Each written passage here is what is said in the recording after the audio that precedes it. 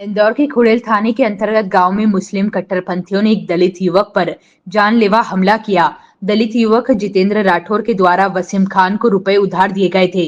पैसे वापसी देने के बहाने घर से ले जाकर वसीम खान, शकील खान और उसके अन्य कट्टरपंथी साथियों के साथ मिलकर दलित जितेंद्र राठौर पर हमला कर दिया। यह खबर लगते ही दलित समाज के राष्ट्रीय अध्यक्ष मनोज परमार हॉस्पिटल पहुंचे।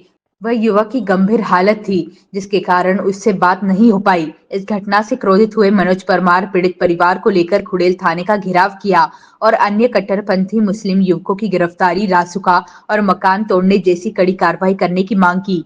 वहीं पीड़ित परिवार को इलाज के खर्चे के लिए सहायता दिलाने की मांग की।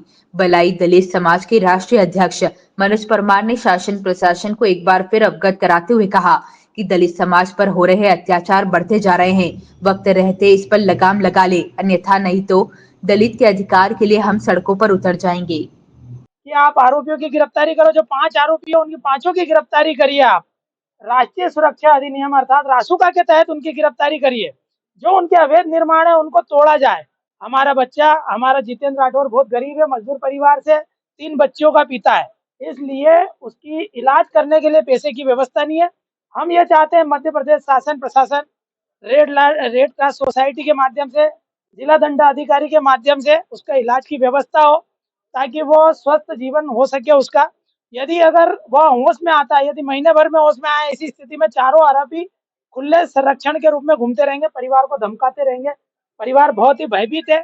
परिवार जंगलों में रह रहा है, खुले में रह रहा है, घर पे नहीं रह रहा है, इतना भयभीत है। ऐसी स्थिति में पुलिस प्रशासन को अन्य आरोपी जो है उनकी गिरफ्तारी के लिए पुनः वसीम खान को रिमांड पर लेना चाहिए। रिमांड पर लेकर उससे पूछताछ करना चाहिए। जिस प्रकार ब्लाइंड मर्डर की पूछताछ होती है, उसी प्रकार यदि पूछताछ करेंगे तो निस्संदेह बचे हुए आरोपियों के नाम भी सामने आ जाएंगे और ये कांड का पर्दाफाश हो जाएगा। किसके कहने पे हुआ, किनके कारण हुआ, किन लोगों ने इस कांड को अंजाम दिया है, और उनके मकानों को जमींदोज किया जाए, रासुका लगाई जाए, पीड़ित परिवार को न्याय दिया जाए और जो आर्थिक राशि है वो भी दी जाए। इस बात को लेकर माननीय एडिशनल एसपी उमाकांत जी चौधरी और जो थाना प्रभारी है करणी सिंह सत्तावर, इन लोगों से चर्चा हुई। उन्होंने आश्वस्त किया है और हमने यहाँ पर उच्च अधिकारियों से भी चर्चा की है, एसपी मैडम वगैरह से। तो हमें उम्मीद है कुछ अच्छे आशा की किरण है, कुछ अच्छा हो सकता है, परिवार की मदद हो सकती है। यदि नहीं होगी तो हम पुनः आंदोलन के लिए अग्रसित रहेंगे।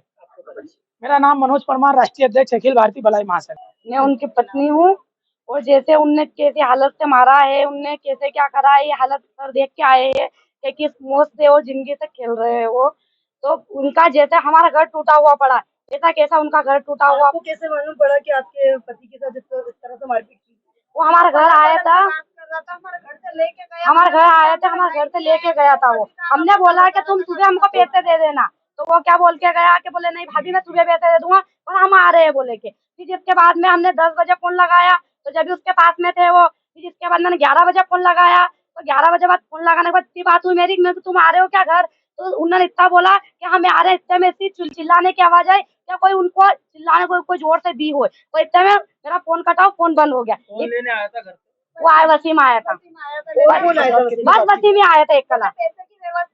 वसीम आया था और गाँव आया था, गाड़ी हमारी लेके गया था। मामले में कितने लोग और थे? मानने में 4 बता रहा है वो, उसका वसीम बता रहा है। यहाँ पे ये पुलिस थाने में हम आए थे तो यहाँ पे बोले कि वसीम बोल रहा है कि बोले 2 और थे और 2 लोग मार रहे थे। 2 लोग मार रहे थे और मास्क पहने हुए थे और मैं दूर देख रहा था। बोले कौन थे सर, ये हम चाहते हैं। और ये 2 लोग और कौन थे? जब वसीम ने इतना बोल दिया था तो फिर पुलिस वालों को बोलना था ना कि उसको और रिमांड पे लेना था और उससे और पूछताछ करनी थी कि बोले और 2 लोग और कौन थे, उसका नाम पता पूछना था और कुछ। ये तो हमको धमकी रहेगी ना सर, हम तो वहाँ रहते हैं अस्पताल में, घर आते हैं, मैं देवर वगैरह सभी। मेरा नाम तेजू है, जितेंद्र।